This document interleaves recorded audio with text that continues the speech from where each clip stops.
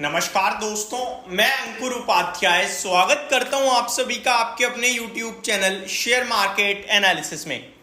Result season full fledge action में आ चुका है और बहुत सारे बड़े बड़े नंबर्स भी आए हैं। इस वीडियो में सारे स्टॉक्स आपके साथ कवर करने वाला हूं। सबसे बड़ा नंबर तो नो डाउट इन्फोसिस का था, जो ऑलरेडी मैंने डिस्कस कर दिए हैं, और उससे भी कमाल की बात आप लोगों के लिए एज अ इन्वेस्टर खुशखबरी है कि इन्फोसिस का एडीआर 4% ऊपर दिख रहा है। हालांकि आज भारत में इन्फोसिस का शेयर लगभग 2.5-3% ऊपर आया है, तो वो एडजस्ट करोगे तो इन्फोसिस का एडीआर 2.5-3% नहीं है, 2.25% है, माफ कीजिएगा। तो आप उसे एडजस्ट करोगे 4% में से 2% आओगे तो कल भी 2% 3% गैप अप बनता है। बाकी लेट नाइट वीडियो में मैं डेफिनेटली एडीआर को भी डिटेल में डिस्कस करूंगा। अभी आप सभी के साथ बात करने वाला हूं दोस्तों, डालमिया भारत लिमिटेड के नंबर्स आए हैं सीमेंट स्पेस से, जेएसडब्ल्यू इंफ्रा के नंबर आए हैं, Sagar Cement, South Indian Bank, LTTS, Persistent System and आपके लिए टाटा कॉम एंड पॉलीकैब के ओपन मार्केट में नंबर आ गए थे, जो मैं इस वीडियो में कवर करने वाला हूं। शुरुआत करना चाहूंगा पॉलीकैब से। दोस्तों एक चीज बताना चाहूंगा कि ये सारे एफएमईजी स्टॉक बहुत तेज भागे हैं, मेरे फेवरेट रहे हैं, मैंने काफी बार वीडियोस भी बनाई हैं, लेकिन इस बार थोड़े सावधान हो जाइए इनमें रिजल्ट पर्पज से, क्योंकि हेवल्स के नंबर भी खराब थे बाजार के एक्सपेक्टेशंस के सामने। एंड अगर मैं बात करूं पॉलीकैब भी एक्सपेक्टेशन के सामने अच्छा परफॉर्म नहीं कर पाया है, जिसकी वजह से दोनों स्टॉक थोड़ा थोड़ा नीचे बंद हुए हैं। यानी अपसाइड अब थोड़ी मुश्किल होगी अगले 3 महीने के लिए और डाउन साइड खुली है। बाकी लॉन्ग टर्म के लिए बहुत अच्छे दिखते हैं।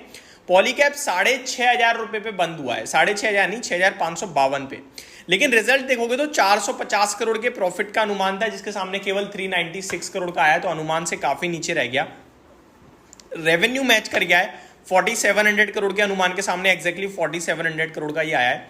मार्जिन्स में काफी बड़ा डिप आया है दोस्तों, अगर आप कंपेयर करेंगे तो ज्यादा डिप नहीं दिखेगी, लेकिन एक्सपेक्टेशंस के सामने डिप आ रही है। 13.9% की एक्सपेक्टेशंस थी, 12.42% पे आए, तो नंबर खराब थे इसके। नेक्स्ट है टाटा कॉम। इसके नंबर दोस्तों मिले जुले लग रहे हैं, इनफैक्ट पॉजिटिव साइड पे भी कह सकते हो आप, नेगेटिव भी कह सकते हो, क्योंकि रेवेन्यू फ्रंट पे बढ़िया करा है। 4771 करोड़ के सामने 5630 करोड़ का रेवेन्यू आया, तो रेवेन्यू तो नो डाउट दमदार है, लेकिन मार्जिन्स देखूं मैं एबिटा मार्जिन तो थोड़े डाउन हो गए हैं। 21.46% के सामने 20% पे रह गए हैं, तो मार्जिन्स में गिरावट है वाईओवाई बेसिस पे। अगर मैं नेट प्रॉफिट देखूंगा तो 382 करोड़ के सामने 332 करोड़ है, तो ये भी थोड़ा सा डाउन है। लेट्स सी बाजार कैसा रिएक्ट करता है। मैं इसको ज़्यादा अच्छे से मतलब आपके साथ एक्सप्लेन नहीं कर सकता कि ऊपर या नीचे, क्योंकि मैं देखता हूँ स्टॉक अलग ही लेवल पे घूमता है, आगे को लेकर कुछ जो भी प्लानिंग होती है उसके लेवल पे घूमता है स्टॉक, रिजल्ट्स पे रिएक्ट नहीं करता है। तो ये आपके लिए अपडेट हो गई एक। इन्फोसिस के तो दमदार नंबर है। मिड कैप आईटी दोस्तों उतना अच्छा परफॉर्म नहीं कर रहा है। आज मैंने ओपन मार्केट में आपके साथ न्यूजन सॉफ्टवेयर डिस्कस किया था, मजा नहीं आया। आपके लिए अभी परसिस्टेंट की बात करूं तो यहां भी मैं पहले आपको बताना चाहूंगा, मुनाफा 315 करोड़ के सामने 306 करोड़ रह गया है क्वार्टर ऑन क्वार्टर, तो हल्की सी डिप है। रेवेन्यू में बढ़त है 2590 करोड़ के सामने 2737 करोड़ आया है रेवेन्यू, लेकिन मार्जिन्स में पिटाई है थोड़ी सी। 14.45% के सामने 14.03% पे मार्जिन्स आए हैं। कामकाजी मुनाफा 374 करोड़ से बढ़कर 384 करोड़ है। नेट अगर आप मेरे से पूछो ऊपर या नीचे, तो मेरे को ऊपर लगता है, बाकी उतनी तंगड़ी बीट नहीं है। एलटीटीएस की बात करें तो यहाँ भी आपके लिए सेम टू सेम चीज़ें हुई हैं। कंपनी का एबिट देखोगे तो 428 करोड़ के सामने 390 करोड़ रह गया है। मार्जिन 16.87% से बढ़कर 17.2% है। रेवेन्यू 2538 करोड़ के सामने 2460 करोड़ है, तो कुछ ऊपर है कुछ नीचे है, तो मतलब उतना मज़ा आ नहीं रहा है एक्चुअली में देखा जाए तो। एबिट मार्जिन में थोड़ा सा कंफ्यूजन क्रिएट किया गया है, यहाँ पे दो तरीके से दिखाए हैं। मैं आपको दूसरा वाला बताना चाहूँगा, 16.87% के सामने 15.58% पे है, तो ये भी कह नहीं सकते हैं कि ऊपर या नीचे, बाकी दिखता है ऐसा ही है कि आईटी स्टॉक ऊपर जा रहे हैं तो ये भी ऊपर ही जाना चाहिए। साउथ इंडियन बैंक के नंबर्स आए हैं दोस्तों, रिजल्ट बताऊं तो 288 करोड़ से मुनाफा बढ़कर 294 करोड़ हो गया है, बढ़िया है। इंटरेस्ट बैंक की बात करी जाए, इंटरेस्ट कितना कमाया है, 2275 करोड़ के सामने 2314 करोड़ कमाया है quarter on quarter. Provisions 40.6 crore के सामने 130 करोड़ हो गए हैं, 13 करोड़ हो गए हैं, 113 करोड़ हो गए हैं, तो ये थोड़ा सा नेगेटिव है बट ठीक है।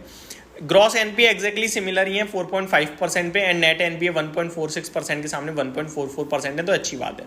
सागर सीमेंट की बात करें तो दोस्तों मार्जिन में बड़ा तंगड़ा उछाल आया है, दमदार मार्जिन दिख रहे हैं, 5.65% से बढ़कर 8.33% के मार्जिन है, तो ये काफ़ी इंटरेस्टिंग लगे मेरे को। कामकाजी मुनाफा में भी 50% का जंप है, ऑलमोस्ट 30.5 करोड़ के सामने 46.7 करोड़, तो ये बहुत दमदार लगा। नेट लॉस आ गया कंपनी का, ये कैसे एडजस्टमेंट वगैरह कुछ है, क्योंकि कामकाजी लेवल पे तो मुनाफे में अच्छे खासे मुनाफे में है। 40 करोड़ का घाटा, अभी 28 करोड़ का घाटा रह गया है कंपनी का। ओवरऑल मैं इसके नंबर को थम्स अप ही दूंगा। JSW इंफ्रा की बात करें तो मार्जिन 61% से घटकर 50% पे रह गए हैं, तो ये अलर्ट हो गया कल के लिए। 537 करोड़ का एबिटा 500 करोड़ पे रह गया है। रेवेन्यू 878 करोड़ से बढ़कर 1000 करोड़ हो गए हैं एंड प्रॉफिट 320 करोड़ के सामने 290 करोड़ का रह गया है। दालमिया भारत की बात करूं दोस्तों अगर मैं, तो सीमेंट स्पेस से इसके भी नंबर अच्छे ही दिख रहे हैं।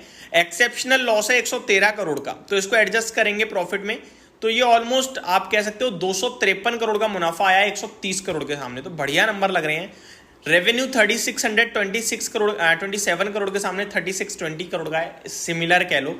मार्जिन बढ़त आई है, मार्जिन में 16.9% से 18.48% में आए हैं, तो ये नंबर भी अच्छे दिख रहे हैं। एबिटा 610 करोड़ के सामने 669 करोड़ का आया है। Shoppers stop and Reliance infra के भी नंबर आए हैं। रिलायंस इंफ्रा चेक कर लेते हैं, मुनाफा सिमिलर है, रेवेन्यू में गिरावट है, तो ये आपके लिए रिलायंस इंडस्ट्रियल इंफ्रा माफ कीजिएगा।